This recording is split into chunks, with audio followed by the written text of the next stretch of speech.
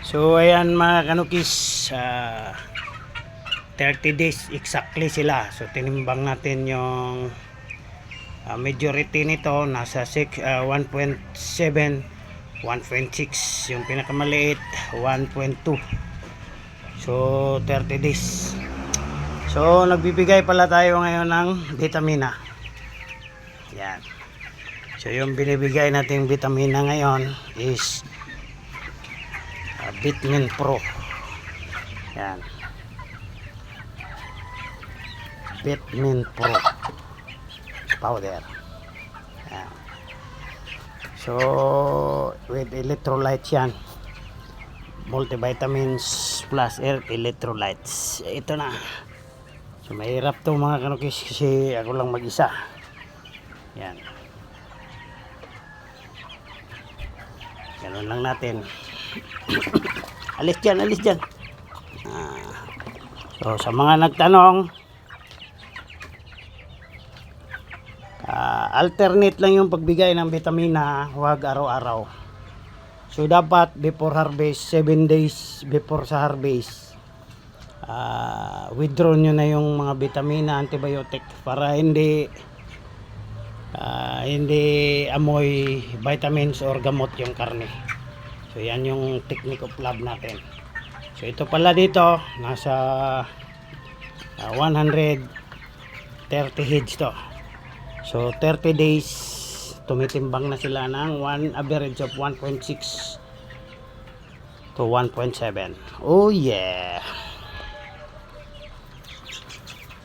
Sa pagbe-broiler o pagmamanok mga kanukis, di naman kailangan talaga na expert ka. So kailangan lang natin ng mga kaibigan na willing magbigay ng advice sa atin.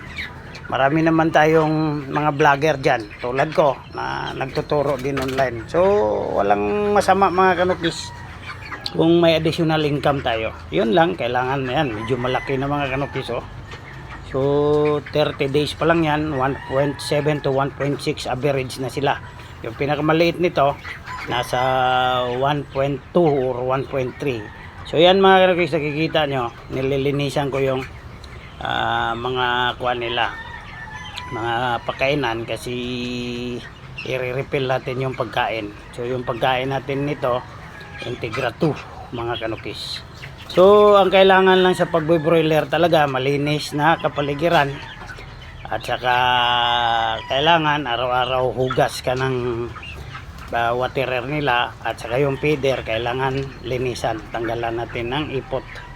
Tapos rice hull ang gamit natin para hindi mabaho at walang langaw. So yun lang mga kanukis. Kung gusto nyo naman yan, madali lang, pwede naman kayo magtanong sa akin kung ano ba yung sistema sa birada natin dyan. Oh yeah. Yeah. Milo Manlano. Yeah.